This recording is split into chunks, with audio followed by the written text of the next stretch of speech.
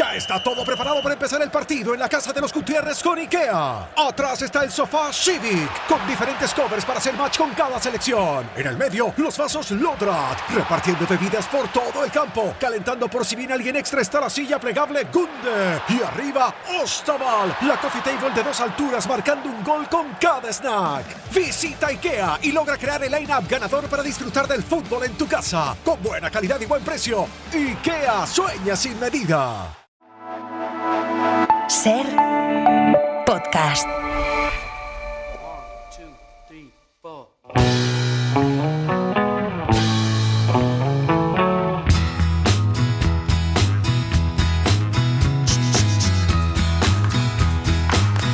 A vivir que son 2 días.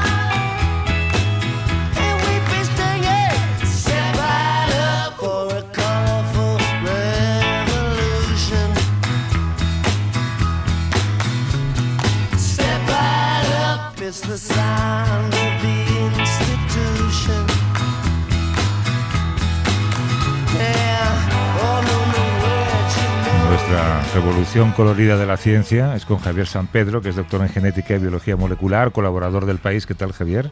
Hola, hola. No digas nada de los compases en los que está compuesta esta canción, que luego te cae. Es mi subsección favorita de 45 RPM y ya la escuché ayer con Max. Por cierto, que muchas gracias a Max, porque no me había dado cuenta de que la balada de María Magdalena del Jesucristo Superstar es un 5x4 canónico. Sí, sí. Don't try to get more.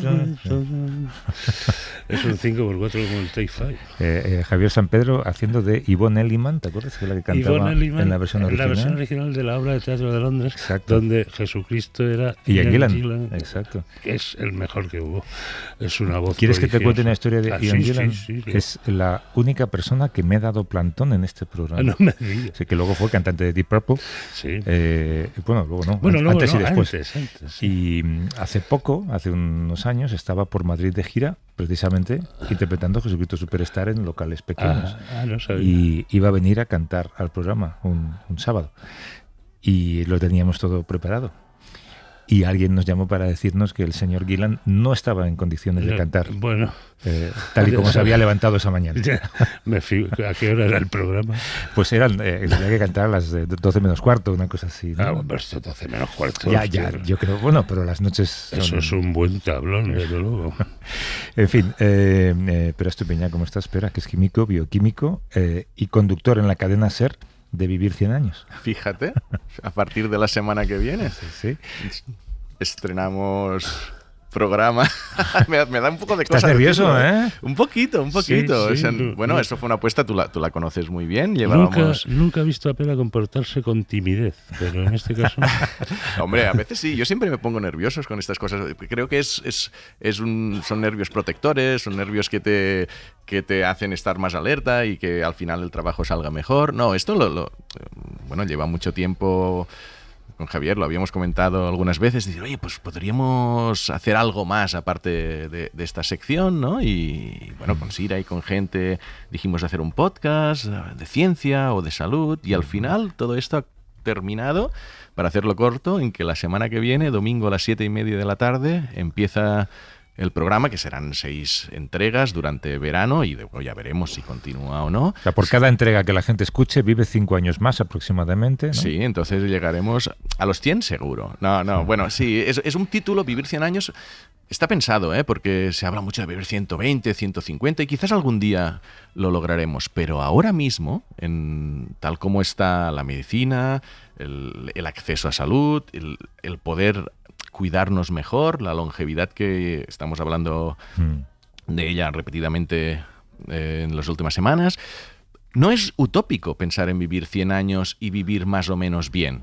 O sea, llegar al menos hasta 90 y pico en un buen estado de salud. Es decir, el programa va de longevidad, va de salud, va también de qué hacer con estos años extras que nos quedan por delante y, bueno, pretende informar, pero también es ameno, distraer, y por eso tenemos a científicos, pero también tenemos personas del ámbito de la cultura. Pues tenemos a Rosa Montero y a Valentín Fusté, vaya dos super personajes en el primer capítulo. Tenemos a una experta en inflamación crónica como María Mittelbrunn y tenemos un cantante como Víctor Manuel que a los 78 años todavía está dando giras. Tenemos a expertas en nutrición personalizada como Dolores Corella y después a Manuela Carmena, que también es referente. ¿Cómo que Víctor Manuel todavía a los 78? Pero si es que le queda... Exacto. Es que está perfecto. Sí, de hecho, bueno, le pregunté... Los cantantes tienen que bajar un tono al año, decía el guitarrista de Sting, de Dominic Miller. Cada año tiene que bajar un tono en las canciones porque la voz de Sting ya no llega a los agudos. Sí. Él me decía que en su caso no. De hecho, le pregunté, bueno, tú, pensando en todo este tema de que cuando nos hacemos mayores podemos seguir haciendo lo que nos gusta y lo que hacemos bien, pero quizás adaptándolo a una nueva realidad. Y él decía, no, yo canto igual ahora que al principio y hago lo mismo, quizás porque realmente está físicamente muy bien, y quizás decía, es que la manera... Mi manera de cantar, mi tono no es tan exigente quizás como otros, ¿no? No sé, pero... Caray. Bueno, no lo sé, ya lo escucharemos en el programa. Mira, qué bien vendes. No sé, estoy improvisando. No, pero oye, mucha ilusión, o sea, gracias a la cadena por la apuesta y nada, espero que salga bien. No, seguro que sale bien. Por cierto, hay un artículo hoy en El País de Javois sobre, creo que es el portero uruguayo, el que tiene 40 años y le acusan de no haber sabido parar que no para ni uno. Sí, no estoy seguro si es él, pero el artículo es aplicable a cualquier portero que tenga 40 años. En el artículo cuenta que, claro, cuando el portero de tu equipo tiene 40 años y no para un balón, siempre se dice que es porque tiene 40 años. Cuando para ser portero, bueno, pues 40 años es una edad que tampoco es reprobable, ¿sabes? Sí. Puede ser Serena Williams, mañana empieza Wimbledon con 44 años. Sí. Tiene un poco el arrojo también de intentar volver a jugar ese campeonato. Y sin embargo, si un portero falla con 30 años ese mismo balón, se dice que se le ha escapado, ¿no? Ya.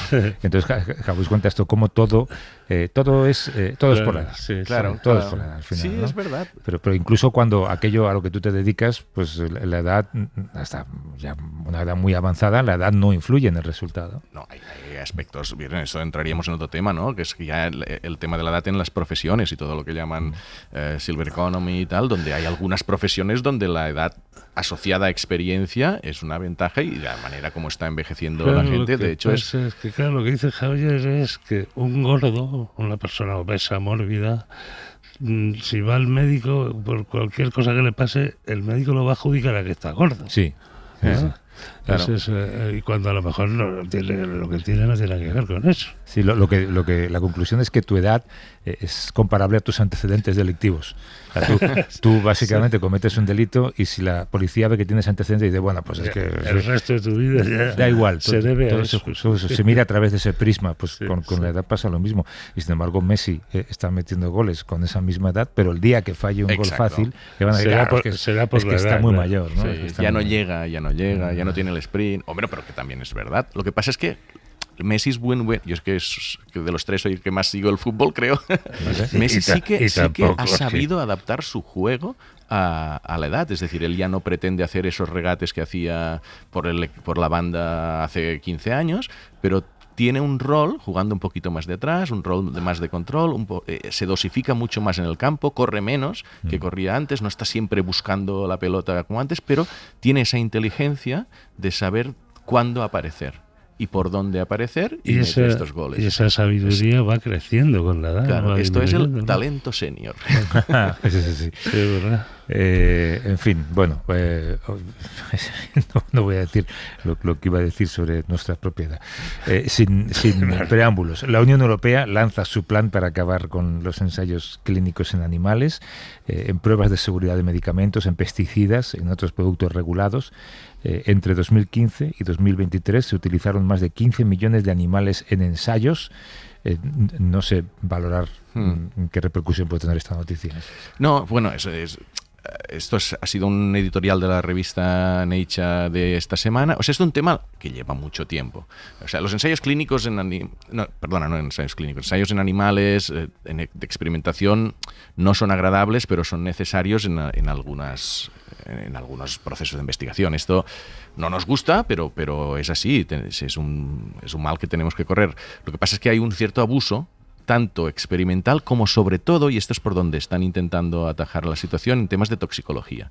No es lo mismo tener ratones que investigas el cáncer en ellos y eso puede llevar a terapias que coger conejos y ponerlos en los ojos sustancias químicas para ver si son irritantes que no tiene o no. Ningún sentido, claro, y eso se hacía, y esto es lo que la Unión Europea decir, oye, empecemos por aquí, esto queremos quitarlo. Entonces el editorial de Nature lo que estaba diciendo es que ya lleváis mucho tiempo Europa diciéndolo y no hay suficientes progresos.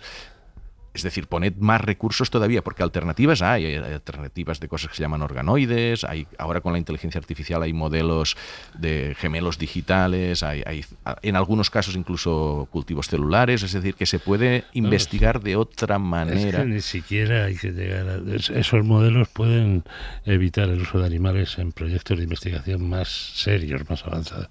Pero para ver si una nueva sustancia que tú quieres poner en un producto industrial o en un cosmético, lo que sea, es irritante para las células, es absurdo usar un animal vivo. Claro. Pero tienes cultivos celulares, tienes mil formas de hacerlo, ¿no? Sí. No tiene sentido. Y otra cosa es que claro, lo que tú decías, hay ratones modelo que son una obra maestra de la ingeniería genética, ¿no? Pueden llevar 10 o 15 años producirlos y es una herramienta valiosísima porque tienen humanizados los aspectos de la biología más relevantes para el cáncer, por ejemplo. También los estudios sobre el cerebro y sobre la enfermedad neurológica necesita, o sea, no vale con un organoide en general, necesitas un animal vivo y a veces un mono, un simio vivo. Y esto es muy polémico, hay mucha presión de los grupos animalistas.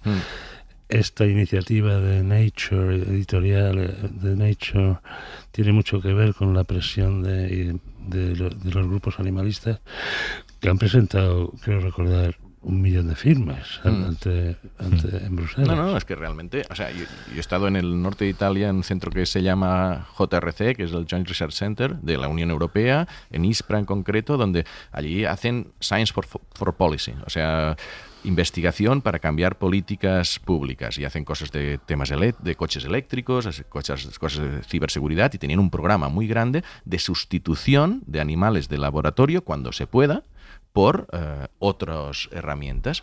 Y esto está sobre la mesa y existen. La implementación está siendo más lenta, sí, y esto es lo que... Hay que darle un acelerón, sí. Otra noticia de la semana que quería hablar con vosotros. España podría albergar el telescopio más grande del hemisferio norte. Ultima una oferta a nuestro país de 1.000 millones de euros para poder levantar en la isla canaria de La Palma. Este megaproyecto es un telescopio que tendría una altura de 30 metros, permitiría a España estar en esa primera posición en la astronomía. Es un buen pico de dinero. Sí. Y hay muchos matices en esta noticia, porque primero eso, que es un buen pico de dinero, y normalmente no debería ser así, pero si se pone en esto, quizás no se pone en otros lados.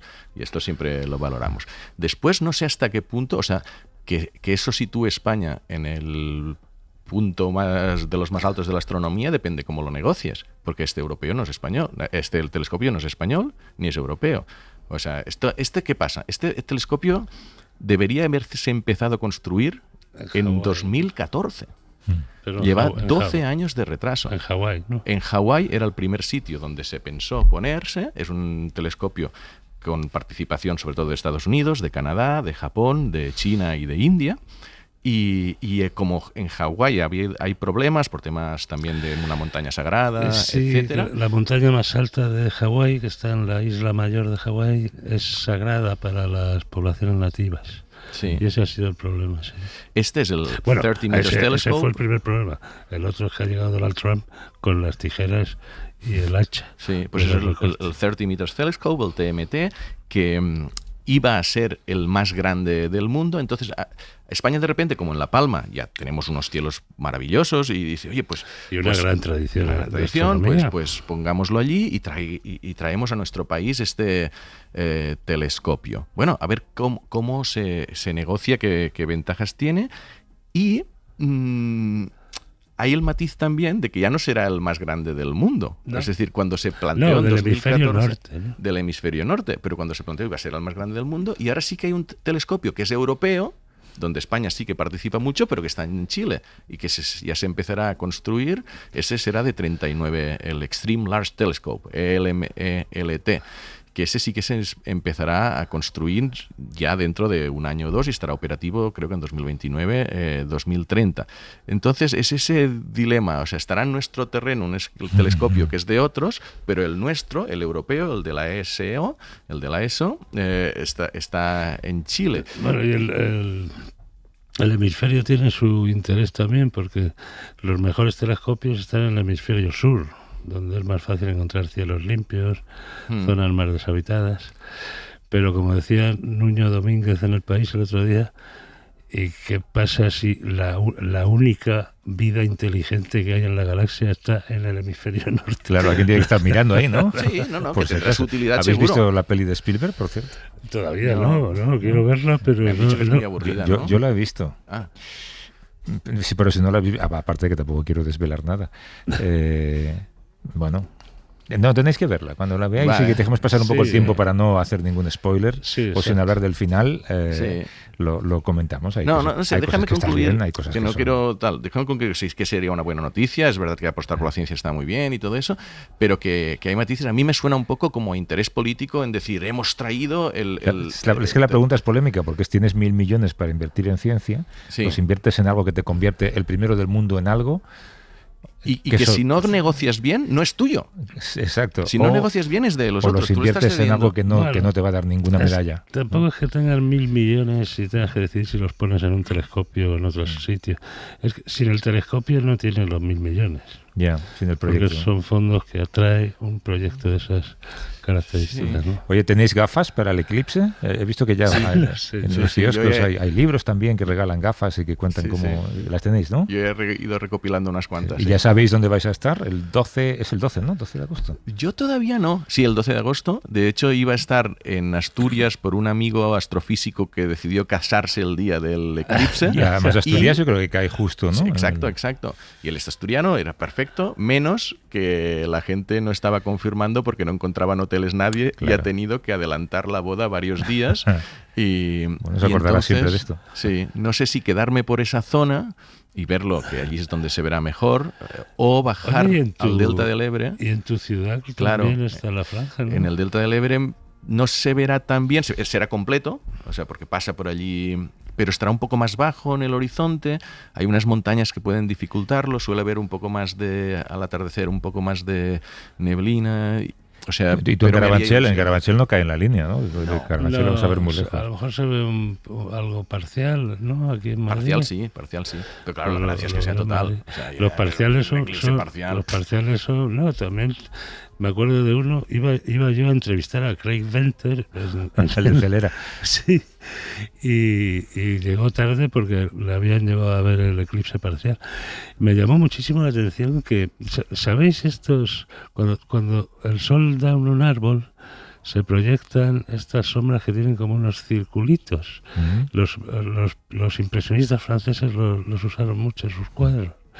Salen estos circulitos, ¿no? Pues cada uno de esos circulitos es el sol, porque cuando el eclipse era parcial se veía cada circulito con su bocado. Y es un fenómeno cuántico, por todo lo que sea. Y así que los eclipses parciales también tienen su interés. Y sí, yo creo que Carabanchel es un buen sitio para verlo. Carabanchel es un buen sitio para todos. Para cualquier cosa. Idaira Sánchez Santos es oftalmóloga, especialista en retina y vítreo. ¿Cómo estás, Idaira? Buenos días. Hola, buenos días. Gracias por la invitación. Cuidado con el eclipse también, ¿no? Porque para verlo tenemos que usar gafas sí o sí. Sí, exacto. Tienen que ser además unas gafas homologadas y con un certificado ISO importante. Eso es lo más importante. Porque es que si no podemos incurrir en una retinopatía solar y eso pues es muy devastador para la visión. Pues explícalo mejor, que tiene que poner ISO algo. Sí, es un certificado ISO que se llama ISO 12312-2/2015 y además todos los oyentes. Sí, si queréis apuntadlo, ISO 12312. Venga. /2 y luego 2015. 2015, vale. ¿Podríais poner algo más fácil? De verdad.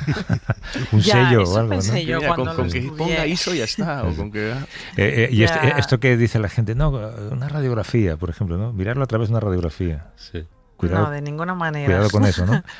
De ninguna manera, no, eso no aísla nada. Estas gafas con certificado ISO bloquean el 99,999 de luz ultravioleta y filtran el 100% de ultravioleta infrarrojo. Entonces no existe otra forma segura de ver el eclipse solar. ¿Y eso porque los cristales están tintados con algún producto muy especial o qué? Claro, pues tienen un tinte, unos materiales determinados que previene que se filtren los rayos ultravioleta. De hecho, si tú coges esas gafas con las manos y te las pones un día normal, tú no puedes ver nada más. O sea, ves todo oscuro. Claro. ¿Vale? Porque entonces, si alguien se pone a ver el eclipse directamente, ¿qué le pasa a sus ojos? Pues el problema es que no es como salen las películas que de repente miras y hay un rayo de luz y notas algo, no, es que es completamente indoloro y encima no lo notas en el momento. Pues es que lo que se genera es una retinopatía solar, es decir, justo en la fobia, que es el centro de mayor visión, donde se encuentra el mayor porcentaje de fotorreceptores de la visión, se queman, por así decirlo, y es que no te das ni cuenta y eso no ocurre al momento. Se genera un daño fotoquímico y a las 2-3 horas ya empiezas a ver mal por el centro de la visión. El problema es que es una cosa irreversible. Te puedes quedar irreversible. Casi ciego, sí, ¿no? sí, es irreversible por completo. O sea, el daño fotoquímico genera una alteración, una muerte de los fotorreceptores y es que no tiene solución. Entonces el centro del campo visual queda completamente abolido. Y no te das cuenta, lo que es importante esto que dices, porque alguien puede decir, mira, yo estoy mirando y no me duele, no me voy a mirar un par de Claro, es que ese es el problema, es que es un daño indoloro. E irreversible, es decir, no te das cuenta, no duele nada. Como la radiación, ¿no? En Chernóbil la gente no se daba cuenta de que estaba recibiendo una dosis letal de radiación. ¿Y los niños tienen más riesgo o menos riesgo? A ver, en general los niños tienen más riesgo por dos motivos. El primero es que tienen un cristalino más transparente, ¿vale? Entonces el cristalino, al ser más transparente, pues filtra menos la radiación ultravioleta. Y el segundo motivo es que, claro, al final tienen las células más delicadas, son más inconscientes, pueden mirar, o sea, tienen que estar siempre supervisados por un adulto, protegiendo su visión porque son niños. Ellos no son conscientes de la gravedad del asunto. Claro. Asusta un poco ahora, ¿no? Sí, porque a ver, se puede los disfrutar. Niños, Claro, se puede disfrutar, pero hay que ir preparado y con ISO mucha seguridad. 313-22/2015, muy importante. Sí, y el sello de la Comunidad Europea también. Vale. Oye, ¿y esto, los cristales ahumados que usa alguna gente también? Tampoco, nada. Remedios caseros, olvídense, por favor. Casi mejor. Entonces, no queremos esos días ver muchos pacientes en urgencias con ese problema. El mensaje es que si alguien no tiene esas gafas, pues que disfrute de la oscuridad parcial que se va a producir durante el eclipse y ya está, pero que no se le ocurra decir, bueno, guiñando los ojos parece que puedo mirar, ¿no? Exacto. A ver, estas gafas se pueden adquirir de una forma muy sencilla, en farmacias, en ópticas, en centros especializados de astrología, de fotografía incluso, y son bastante económicas, es decir, no cuestan un dineral. Entonces yo animo a la población a que si quiere disfrutar del eclipse, que se las compre. Vale. Centros de astronomía, no de ¿Cuánto astrología. duran el eclipse? El eclipse era 1 minuto y medio, depende de qué sitios, un poco menos en otros, ¿no? ¿Por ahí? Bueno, vamos entonces a recomendar que la gente tenga mucho el eclipse total, cuidado para que Idaira no tenga mucho trabajo al día siguiente. Que no tengamos que trabajar mucho los oftalmólogos. Sí.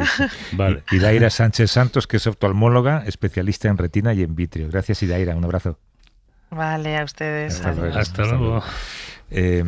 Ostras, tú, fíjate, yo había pensado... Bueno, yo que lo veré posiblemente con las niñas, estaré allí pendiente, porque claro, las niñas, de repente... Es que es lo que me da miedo. Mira qué bonito, y tal, y lo miras, y si no te duele... Sí, es lo típico, guiñas un poco los ojos, ¿no? Y parece que así... Y además este punto que es irreversible, que dices que se queman algunos fotorreceptores... Peligrosísimo, te puedes quedar ciego. Oye, siempre en la hora anterior con Juanjo hay una palabra que surge mucho durante todo el año, que es la palabra identidad. Hoy hemos hablado de ella también. Claro, identidad y ADN hay una vinculación interesante. En alguna ocasión, supongo que os habréis preguntado quiénes son vuestros ancestros, por ejemplo, y qué parte de vuestros ancestros, que en el fondo sus ancestros es ADN puro y duro, ¿no? El lugar de donde vienes. ¿Qué parte de ellos están en vosotros? Tú lo sabes mejor que nadie, Javier. Claro, si han pasado 10 generaciones, nada, no te queda nada de cada ancestro concreto, ¿no? Bueno, algo queda, ¿no? Porque algo, pero a lo mejor... Tú ves a los borboneses, ¿no? Por mucho que subas, sigues viendo... Es que esos son endogámicos, esos como se reproducen entre sí, o sea, no ya ahora, pero se han reproducido entre sí durante siglos, pues... No ya que se parezcan a sus ancestros, que se parecen a sus primos y a sus tíos y demás. Pero vamos, la influencia genética de los ancestros se diluye muy rápidamente. Tened en cuenta que tú tienes solo la mitad de los genes de uno de tus o de tu padre o de tu madre, ¿no? De cualquiera de los dos. Un cuarto de cada abuelo. Un cuarto de cada abuelo, un octavo de cada bisabuelo, un 16avo de cada tatarabuelo, y en 3 siglos te has quedado sin un gen. Solo hay 20.000 genes. Te puedes haber quedado sin un solo gen de tus ancestros. Pero bueno, para parecerte al abuelo, eso es normal, ¿no? Que tienes un cuarto de tu abuelo, ¿no? Pues yo creo que esto tiene mucho de mito urbano, porque... los experimentos originales de Mendel estaban hechos para que el guisante nieto se pareciera a su abuelo, pero es porque organizó los cruces así.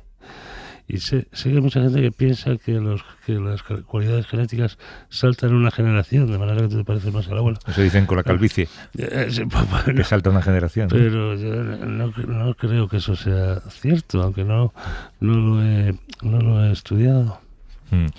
Pero entonces no me has aclarado, uno se puede parecer a su abuelo, vamos, esto es recurrente, o es porque te pareces al padre y el padre lleva un 50% del abuelo. Claro, tienes un cuarto de los genes de tu abuelo. Si los genes de la estructura facial, de tus características externas, físicas, están en ese cuarto... Porque eso puede caer en cualquier lugar, digamos, ¿no? Vamos a conocer ese dato crucial en breves minutos. Carles Lalueza Fox es director del Museo de Ciencias Naturales de Barcelona, investigador del Instituto de Biología Evolutiva. ¿Cómo estás, Carlos? Buenos días. Hola, muy bien. Acabas de publicar un libro que se llama Identidad, ¿qué nos dice el ADN sobre quiénes somos? Lo primero, háblanos del abuelo, que es de lo que estábamos hablando. Bueno, en realidad no recibimos exactamente un 25% de cada uno de nuestros abuelos, porque esto es un proceso que se conoce como recombinación, pero los cromosomas no solo son muy diferentes en tamaño, sino que no se fragmentan en partes iguales, sino por determinados sitios muy concretos, y al final eso lo que hace es que este porcentaje empiece a bailar a partir precisamente de la generación de nuestros abuelos. Eso significa que de uno podemos recibir un 20% y otro un 30%, ¿no?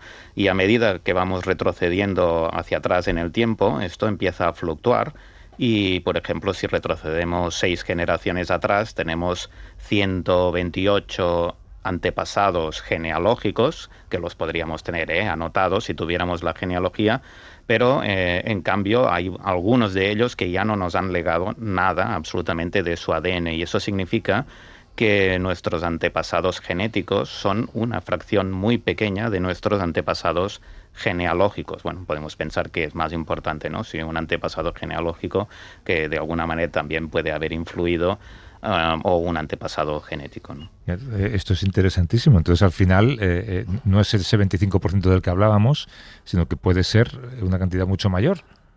Sí, pero no puede fluctuar más allá de estos márgenes, de estos 20, rangos 30, ¿no? que he dicho, ¿no? Pero sí que a medida que vamos retrocediendo hacia atrás, cada uno de estos antepasados nos ha legado, en principio, una fracción muy pequeña, pero lo que ocurre es que tenemos que imaginarnos que, ya digo, solo 6 generaciones atrás, por ejemplo, nuestro genoma está como fragmentado en miles de trozos, y alguno de estos antepasados pues nos ha legado fragmentos más significativos o más grandes que otros, o a lo mejor otros no nos han legado en absoluto nada, ¿no? Esto que comentábamos de factores humanos, digamos, que saltan, o que se dice que saltan una generación, ¿hay algo de verdad en ello? Bueno, depende, no sé, depende de las combinaciones, como digo, pero sí que es factible decir que una persona se parece más a una determinada rama familiar que a otra, creo yo. Debido a que los genes que afectan a la estructura de la cara son una pequeña fracción del genoma humano, ¿no? Sí, por ejemplo, claro, hay diversos estudios donde lo que hacen es mirar. Ahora tenemos biobanks con literalmente, no sé, 250.000 de genomas, por ejemplo, y puedes mirar cualquier cosa que les hayas preguntado o que hayas medido en estas personas. Y entonces pues es fácil ver en estos estudios que quizá hay pues unos cuantos centenares de genes implicados en la estructura facial, algunos quizá más importantes que otros, obviamente, sí, como todos estos rasgos, pero al final lo que significa es que por compleja que sea la estructura de la cara de una persona, pues el número de genes implicados es bastante finito, ¿no? Y la pregunta que hacía Javier antes, te la reboto, Carlas. ¿Hay paquetes de genes que afectan a la estructura facial, de manera que es más fácil que ese bloque entero lo heredes de uno de tus ancestros? ¿O están repartidos por cualquier lugar del genoma?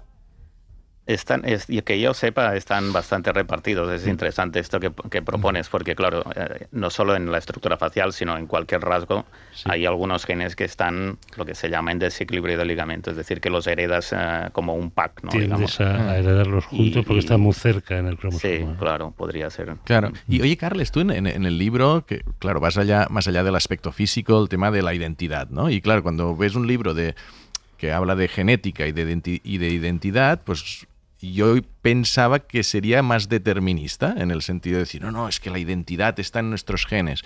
Y leyendo el libro parece que no. O sea, es que quizás le damos demasiada importancia a la genética para definir lo que somos. O sea, ¿dónde está ese punto?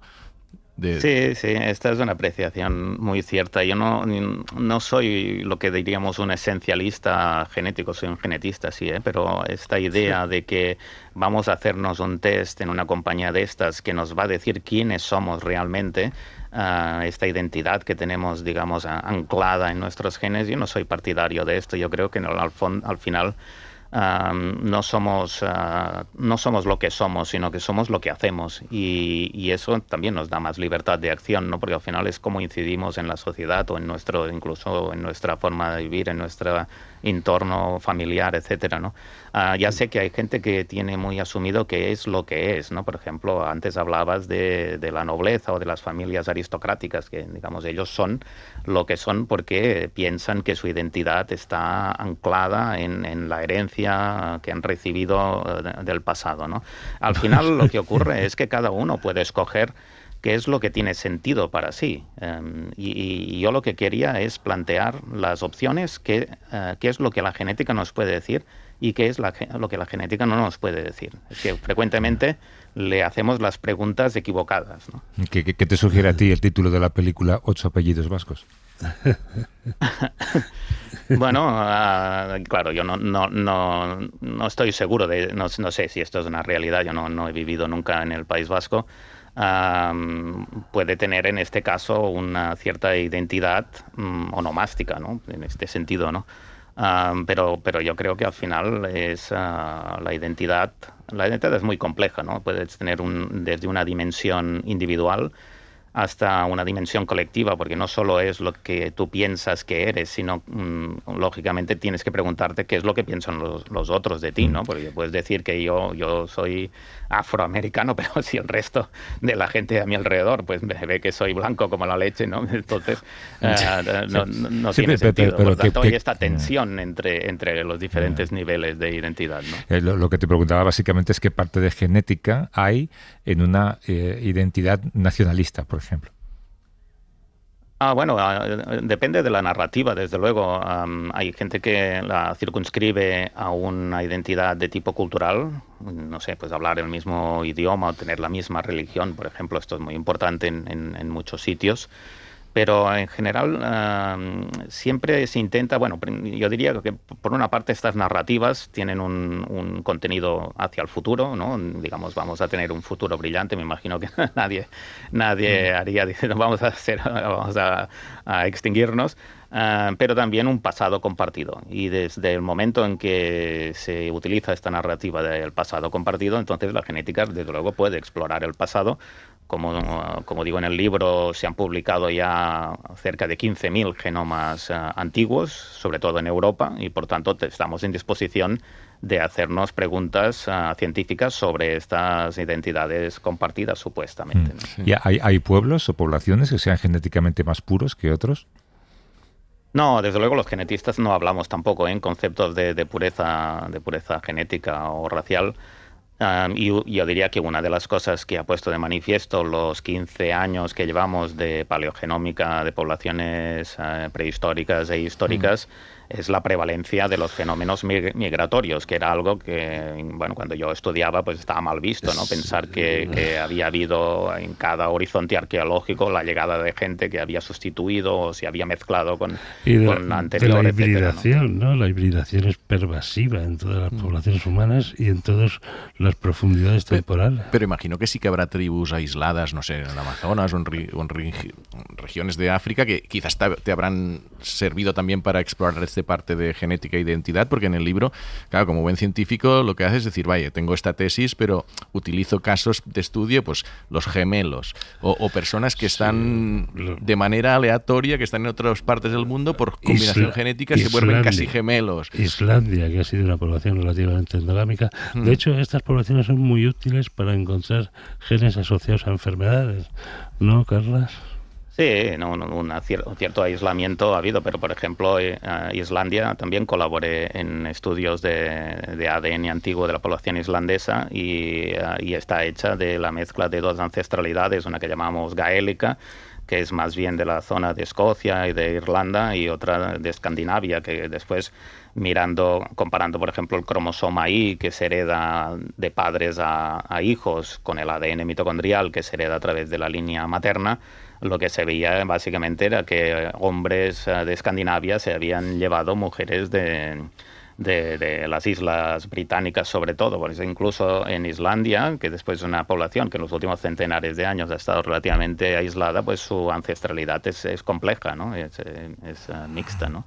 Y nada, lo que dices de los dobles, pues tiene todo el sentido del mundo que nos preguntemos cuando encontramos estos dobles en las redes sociales, ¿por qué son parecidos? Desde un punto de vista científico, debemos ser capaces de hacernos esta pregunta y de explorarla, desde luego. ¿Y por qué son parecidos? Bueno, eso es que yo sepa, solo hay un estudio que ha hecho esto, que lo lideró Manel Esteller, y donde colaboré yo hace, creo que 4 años. Y entonces lo que hacemos es seleccionar precisamente a parejas que aparecían en una página web de dobles, y les pedimos permiso para secuenciar su genoma y ver si se parecían más que 2 personas al azar de las mismas poblaciones, y si se parecían, ¿por qué se parecían? Y entonces lo que vimos es que, curiosamente, bueno, como era de esperar, se parecían porque tenían estos genes de morfología facial, pues digamos, variantes, las mismas variantes en muchos de ellos, o digamos significativamente más que en la población, 2 individuos al azar en la misma población, pero también compartían bastantes variantes de genes que han sido descritos, asociados con cosas de comportamiento, hábitos, dieta, pero etcétera, ¿no? ¿Eso creéis que es una casualidad? O sea que, la interpretación que hacíamos es que el parecido está tanto en el interior como en el exterior, ¿no? En la forma, en el estilo de vida, ¿no? Claro, Incluso. Y en el hígado, ¿no? pero no debería, o sea, lo que plantea Javier, o sea, tú doble te refieres que yo me voy a Turquía un día y de repente paseando por allí digo, ostras, un tío que se parece a mí, que es un doble mío. Entonces haces el análisis genético y ves dices, que todos los genes de estructura facial, por ejemplo, son similares. Pero lo que está diciendo Carles es que además... Sí, vuestros hígados se parecen. Sí, y eso no tendría y el por qué comportamiento. ser. O sea, una cosa es que los de la cara sean O sea, parecidos. tu doble turco resulta que también hace programas de ciencia o algo así. En la cadena SER turca. Y eso es difícil de explicar porque... Pues, claro, Igual aquí hay un descubrimiento, Carles? Sí, pero ya lo han hecho estos. Junto con Carles y el Manel Esteller.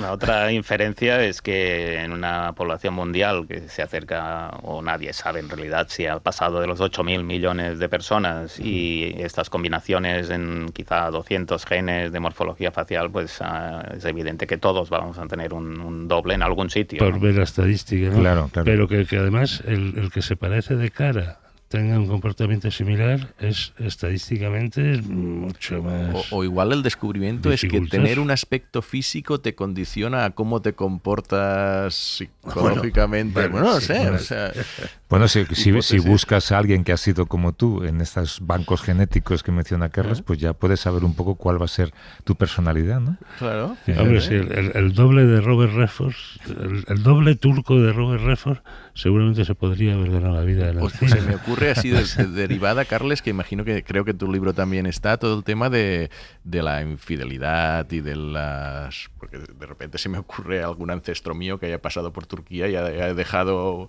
unos genes compartidos por allí. Bueno, de eso hay mucho, ¿no, Carla? Bueno, mi colaboración en este trabajo en concreto fue mirar, lo primero es que no fueran familiares lejanos, ¿no? Más allá de cualquier genealogía familiar conocida, por ejemplo, pues primos séptimos, y eso se descartó, ¿no? En estas parejas, lógicamente, tu doble tiende a estar en el mismo, vamos a decir, área geográfica o continente donde estás tú. No vamos a encontrar, creo yo, mi doble en China, ¿no?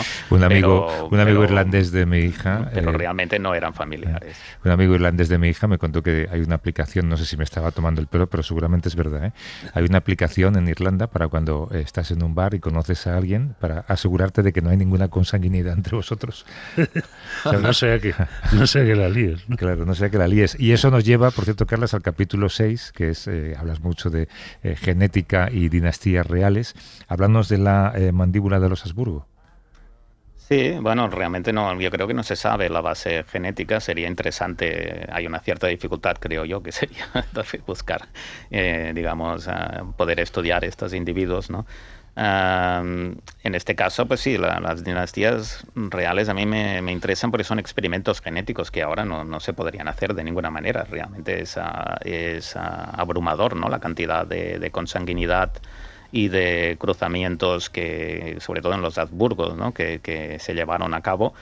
Esto ocurre cuando hay dinastías en las cuales no puedes casarte con nadie fuera de la familia porque lo que haces es, digamos, devaluar, ¿no? tu sangre, es decir, devaluar tu bagaje genético, entiendo. Cuando la realidad es exactamente la contraria, ¿no? Y, bueno, claro, la salud nos implicaría hacer justo lo contrario, ¿no? Y ahora es muy difícil, realmente no existen estas dinastías de centenares de años de consanguinidad y por tanto son interesantes desde un punto de vista estrictamente científico, ¿no? Un experimento, realmente. ¿Se ha secuenciado algún ADN de alguien? Muy poca cosa, ¿no? Realmente, ¿no? Algunos descendientes actuales de Borbones, por ejemplo, se miró el cromosoma Y. Esto es un estudio que estuve implicado hace unos años y era muy extraño. Era una calabaza de la Revolución Francesa donde estaba inscrito en la calabaza, ya sé que me parece un receptáculo un poco digno para un rey, pues dentro ponía que había la sangre de Luis XVI y entonces digo, bueno, me dediqué a secuenciar esa sangre con una sustancia negruzca, ¿no? Al cabo de 200 años no sabíamos si era sangre o qué. Y al final otros científicos consiguieron ADN de algunos Borbones actuales y realmente el cromosoma Y no coincidía, con lo cual pues estoy dispuesto a aceptar que aquella reliquia era falsa. Oye, pero perdona, ¿cómo que consiguieron sangre de algún Borbón actual? Bueno, no, iba con una jeringuilla por los actos públicos. Que sea un rey, ¿no? Solo que todas las familias tienen, me imagino, primos lejanos, alguna rama que ha ido un poco a la baja, ¿no? Sí. Y bueno, no me extraña tampoco porque en la calabaza pone que la quiere vender por 500 francos de la época, que parece que es una fortuna. Entonces, pues, ¿Al final era sangre o no era sangre? Sí que era sangre, sí, pero claro, en la Revolución Francesa sangre no faltaba. Quiero decir que podía ser de cualquier otro. A lo mejor era de Danton o de Robespierre, pero no hay forma de saberlo. Oye, ¿cuál es el rey ese con cara tonto? Carlos II, ¿no? Carlos II de España. Bueno, el hechizado. Tiene un altísimo índice de consanguinidad, si no me equivoco. Sí, creo que en los cálculos es que tenía como una cuarta parte de su genoma sin variación ninguna, lo cual es increíble. Realmente lo increíble es que llegara a la edad adulta, especialmente en la época aquella, ¿no? Donde si caías en manos de un médico, pues estabas fastidiado y realmente pues... sentenciado, sí. Y en toda esta investigación evolutiva de nuestros genes, todo este tema del neandertal, que algunos tenemos genoma neandertal y otros no, los africanos no, ¿al final eso influye mucho o no en aspectos de salud, pero también en nuestra identidad, en algunos temas de comportamiento? ¿El tener genoma neandertal nos hace un pelín diferentes o para nada? Bueno, sí, claramente. Bueno, digamos, volviendo al tema de las hibridaciones y de las migraciones y tal, este es un ejemplo en el cual las fronteras de nuestra especie se diluyen, porque llevamos un 2,5% de genes neandertales, los que estamos fuera de África, debido a un entrecruzamiento hace entre 45 y 49 mil años, que probablemente duró varias generaciones, ¿eh? No fue un acontecimiento puntual, sino que a lo mejor durante 100 años hubo individuos que se fueron mezclando. La gracia es que después se expandieron por todo el planeta, ¿no? Amplificando esta señal. Y estos genes ahora nos parecen perjudiciales, porque cuando miramos qué hacen, a veces es difícil saber lo que hace un gen, pero es más fácil de ver lo que ocurre cuando hay una enfermedad, ¿no? Y entonces vemos que estos genes están implicados en trastorno cardíaco, hipercolesterolemia, cuestiones de metabolismo que ahora nos perjudican, pero tenemos que pensar que en aquella época nos ayudaron a sobrevivir y adaptarnos más rápidamente a los entornos más meridionales, ¿no? Del planeta. Simplemente es que nosotros ahora ya no vivimos en el Paleolítico, es decir, tenemos una nevera llena de comida y entonces pues estos genes neandertales que a lo mejor te ayudaban a tener una dieta más cárnica y a sobrevivir más días sin comer o lo que fuera hasta que cazabas algo, pues ahora vas a la nevera y te matan de diabetes. Está, ¿no? Oye, qué conversación más interesante y la podríamos aplicar también al concepto de prioridad nacional. Otro día lo hacemos. Hombre, con mucho gusto. Carles Laluleza Fox, que es director del Museo de Ciencias Naturales de Barcelona, investigador del Instituto de Biología Evolutiva y autor del libro Identidad, ¿qué nos dice el ADN sobre quiénes somos? Está publicado por Crítica.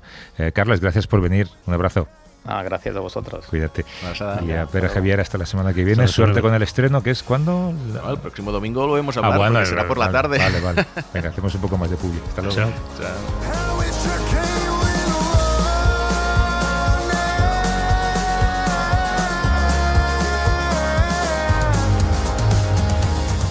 Para no perderte ningún episodio, síguenos en la aplicación o la web de la SER, Podium Podcast o tu plataforma de audio favorita. Ya está todo preparado para empezar el partido en la casa de los Gutiérrez con IKEA. Atrás está el sofá Civic, con diferentes covers para hacer match con cada selección. En el medio, los vasos Lodrat, repartiendo bebidas por todo el campo. Calentando por si viene alguien extra está la silla plegable Gunde. Y arriba, Ostaval, la coffee table de 2 alturas marcando un gol con cada snack. Visita IKEA y logra crear el line-up ganador para disfrutar del fútbol en tu casa. Con buena calidad y buen precio. IKEA, sueña sin medida.